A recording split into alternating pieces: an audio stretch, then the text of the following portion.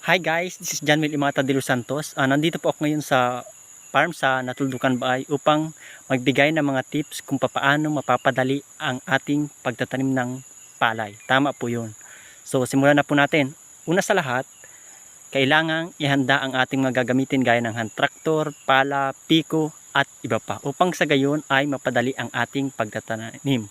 Pangalawa po, tips ay kailangan tayo ay nasa kondisyon, may maayos na tulog at uminom ng wastong tubig upang sa gayon ay maiwasan ang pagka-stroke at kundi naman kaya ay pag-collapse. Pangatlong tips po ay kailangan i-maintain natin ang sukat gaya ng tanim namin sa likod na mga palay na kung saan maintain ang sukat niyan. So although hindi naman po natin mas tatansya na pare-pareho yung sukat, pero maintain po yung tamang distansya upang sa gayon ay maganda ang ating ani.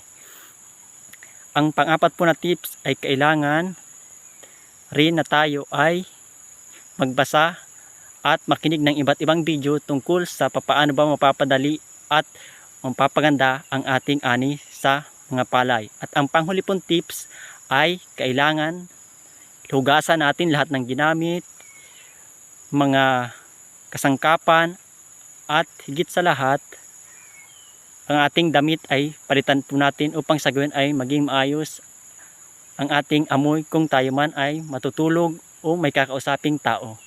Thank you so much.